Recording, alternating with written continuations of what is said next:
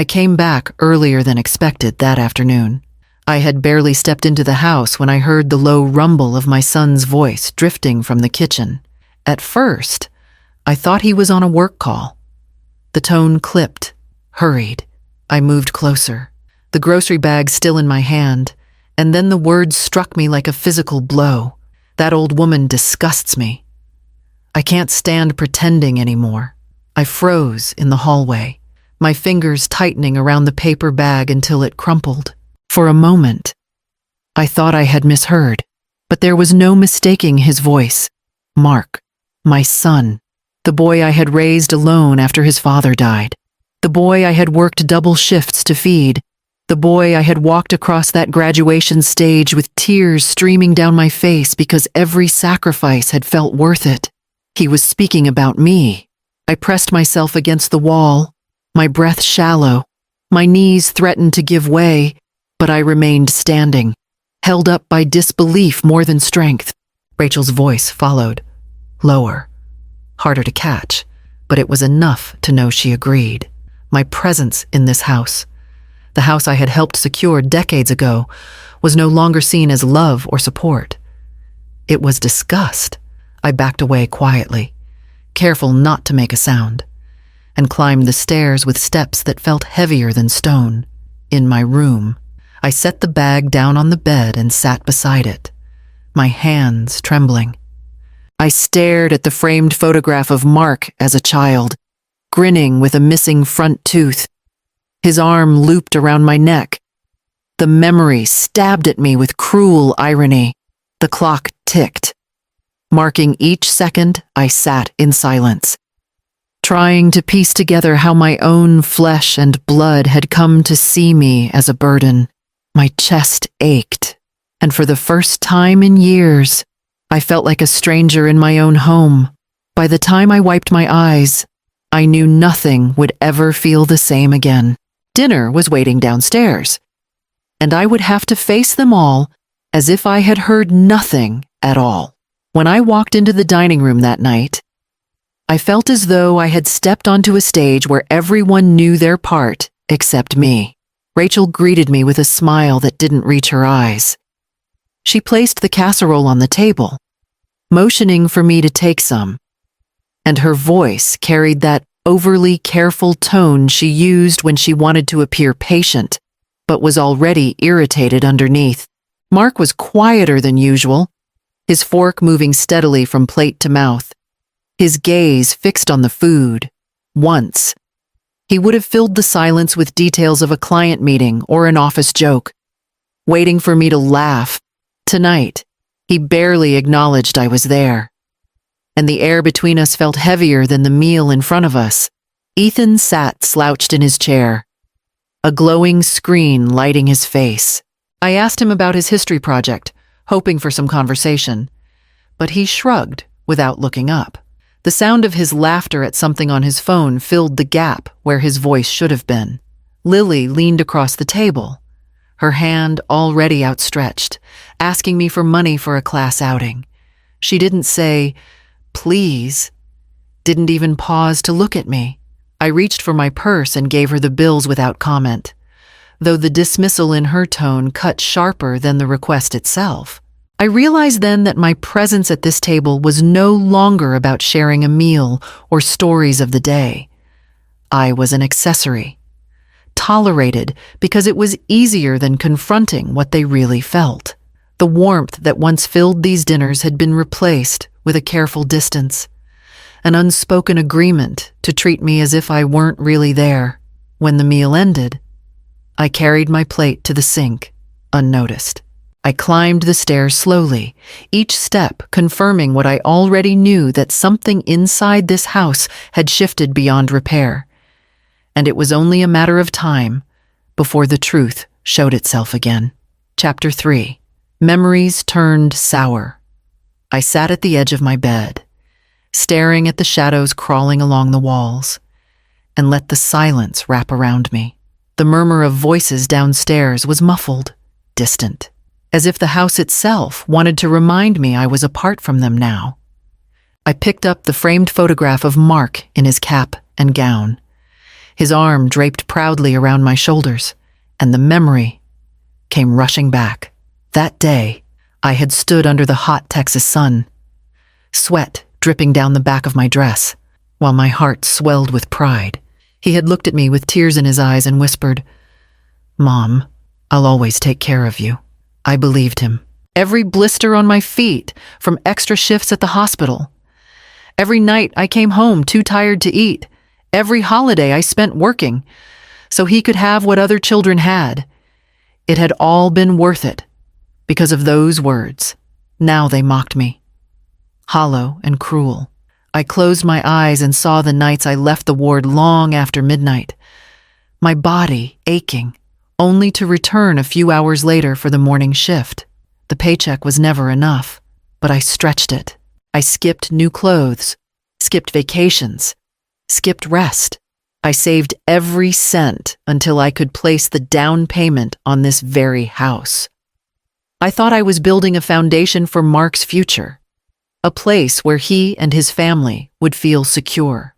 When he married Rachel, I signed the papers with trembling hands, believing I was doing the right thing. I told myself that love was not about holding on, but giving freely. I had trusted that generosity would be remembered.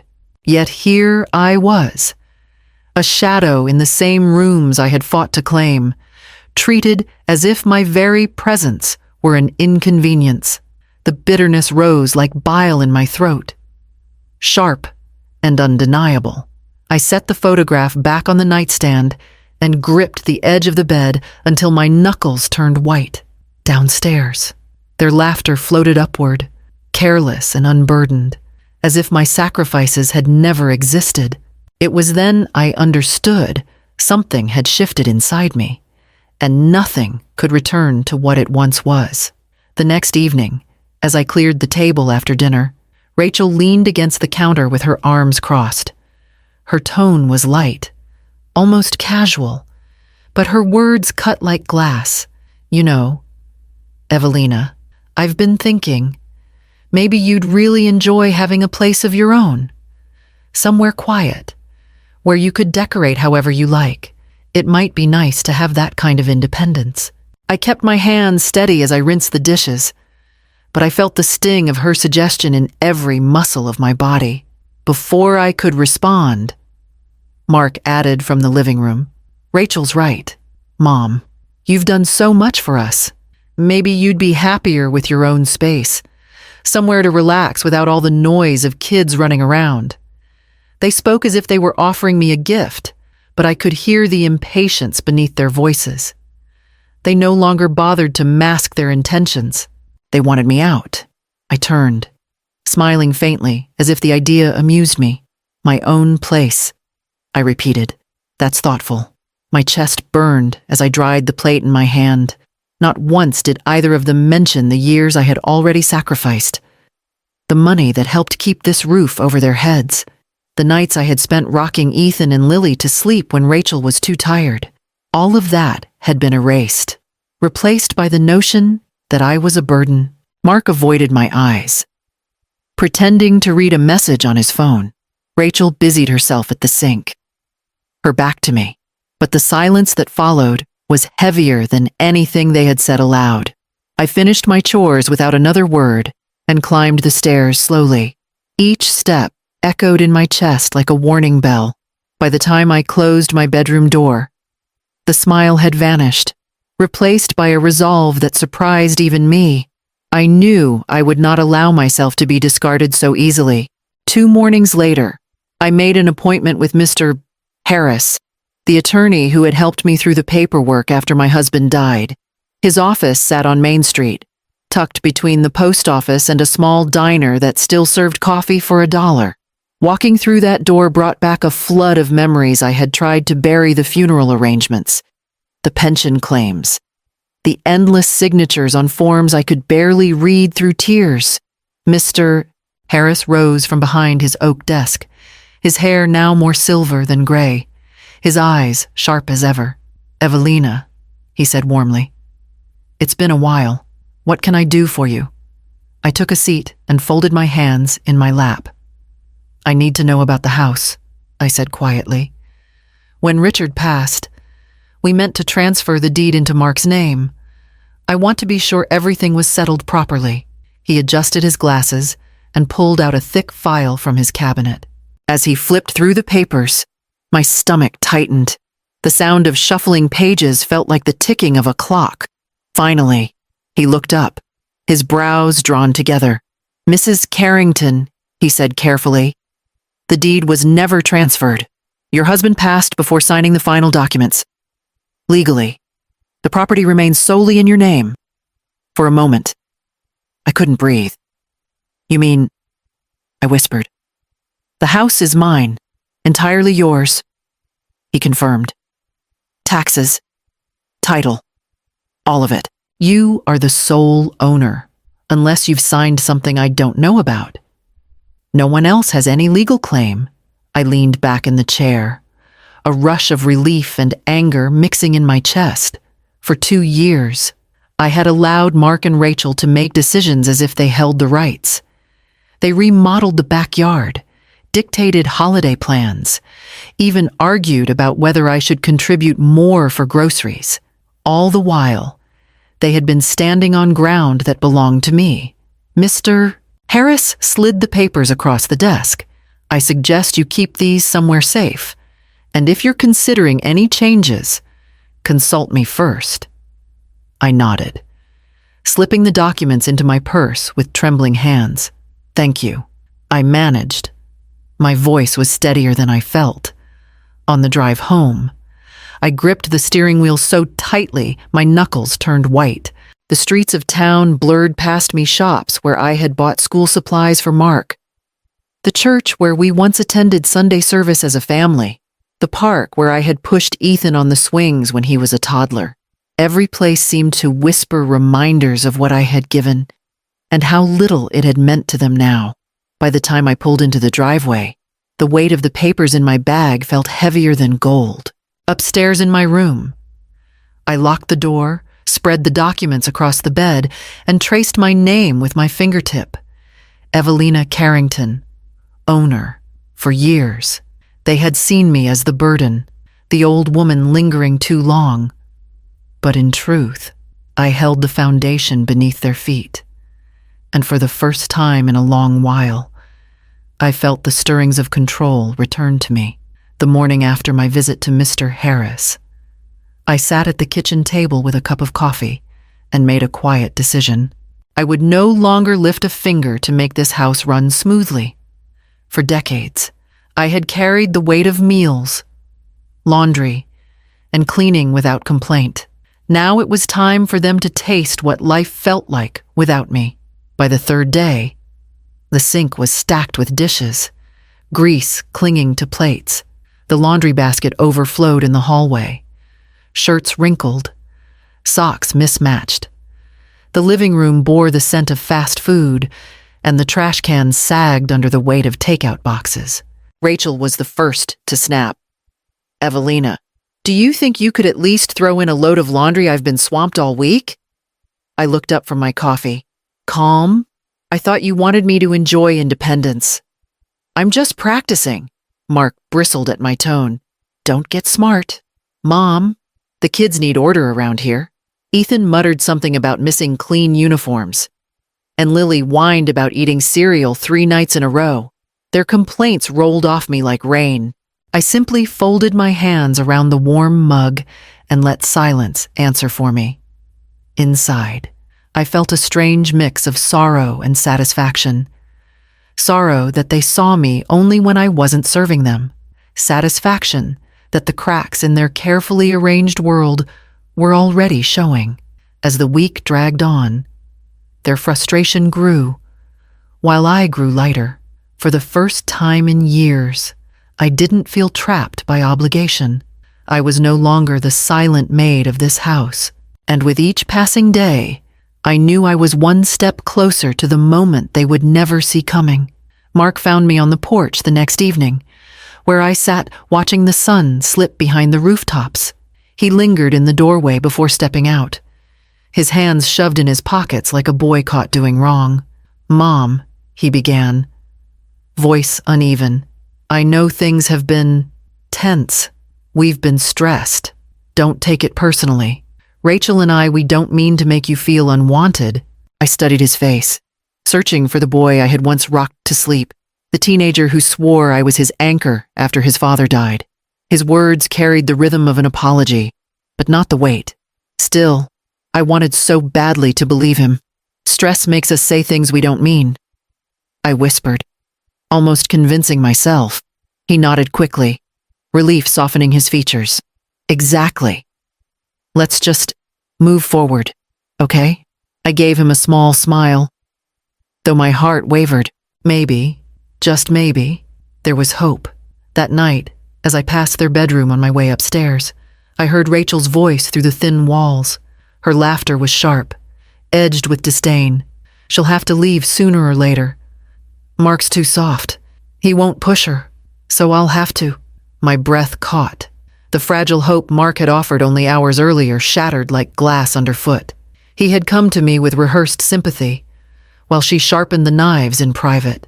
I stood frozen in the hallway, listening as Rachel continued, each word twisting deeper.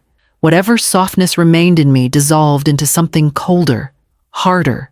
By the time I reached my room, I no longer doubted what needed to be done. The next morning, I called Mr. Harris and asked for the name of a trustworthy realtor. Within hours, I had an appointment with Ms. Jennings, a brisk woman in her 50s with sharp eyes that missed nothing. She walked through the house with me, her heels clicking on the hardwood that I had polished countless times. The market in Dallas is excellent right now, she said, tapping her clipboard. Houses in this neighborhood don't sit for long. You'll have buyers lined up. I nodded, my fingers brushing the door frame where Mark's height had once been marked with pencil lines as a boy. Those memories no longer tethered me. They only reminded me of how far things had fallen. Within a week, Ms. Jennings had 3 serious offers. I reviewed them at her office, sipping coffee while she explained the terms. One couple, young with 2 children, wrote me a letter about wanting a safe home to raise their family. Their words stirred something tender in me. But what sealed my decision was the full cash offer and a closing date just 15 days away. While I prepared for the sale, I toured a senior apartment complex on the edge of town. The building was quiet, filled with sunlight. The unit I chose had a small terrace overlooking a courtyard, perfect for my rosemary pots and the geraniums I had carried from house to house all my life. For the first time in years, I could picture mornings of peace, no slammed doors, no cold silences, only my own rhythm. Back at the lawyer's office, the papers lay before me. As I lifted the pen, my hand trembled not from doubt, but from the weight of freedom pressing close. Each signature, each initial, was another chain snapping loose. By the time I laid the pen down, the house was no longer mine, at least not on paper. Soon it would belong to another family. Meanwhile, across town, Mark and Rachel were excitedly discussing kitchen remodels and paint colors. Oblivious, I folded the signed contract neatly into the folder, my lips curving into the first genuine smile I'd worn in years. The clock had begun ticking, and none of them knew it yet. The smell of roasted chicken filled the dining room, but my appetite had long since withered. I set the table as if nothing in the world had changed, though the contract in my purse told a different story. We ate in silence for a while, Rachel picking at her food, Mark absorbed in his phone, the children half listening to their parents' muttered complaints. I let the moment stretch before clearing my throat. I have something to tell you, I said evenly, placing my fork down. 4 faces turned toward me, some more reluctantly than others. I sold this house today. The new owners take possession in 2 weeks. The words landed like a stone thrown into still water, breaking the fragile surface of their routine. Mark's chair scraped back as he lurched forward. What do you mean you sold it? This is our home. Rachel's face drained of color. then flushed with anger. That's impossible. You can't sell what isn't yours. The children froze. Forks suspended midair. Ethan blinked rapidly. Trying to understand, Lily's eyes welled, though no tears fell. I reached into my purse and pulled out the folder, sliding it across the table. The deed lay open in the center, the inked letters spelling out the truth they had long ignored. My name has always been on it. Not yours. Not both of ours. Mine. Mark's voice cracked. Equal parts fury and disbelief. You can't just throw us out. I didn't throw you out. I replied calmly. I sold what was always mine. The silence that followed was thicker than any argument. The reality sat on the table, undeniable, waiting to see who would break under its weight first. The house was quiet when I carried my suitcases to the door, 3 bags holding a lifetime of sacrifice reduced to essentials. Ethan and Lily stood in the hallway, their small hands clutching the frame, eyes wet with confusion and grief. "Grandma, please don't go," Ethan whispered, his voice cracking. Lily buried her face against my side. Sobbing, I knelt and held them both close, inhaling the familiar scent of childhood shampoo and innocence. "I love you more than anything," I said softly. "But love without respect is not enough. My presence was never free, it cost respect, and that was never given." Their arms clung tighter, but I pulled away gently, smoothing Ethan's hair and kissing Lily's forehead. "This isn't goodbye. You'll always find me if you come with love, not duty." By evening, I unlocked the door to my new apartment. The air smelled faintly of fresh paint and sunlight. I set my plants on the terrace, watered them carefully, and breathed in the crisp Texas evening. For the first time in years, the air felt light. Home is not where you're tolerated. Home is where you live without apology.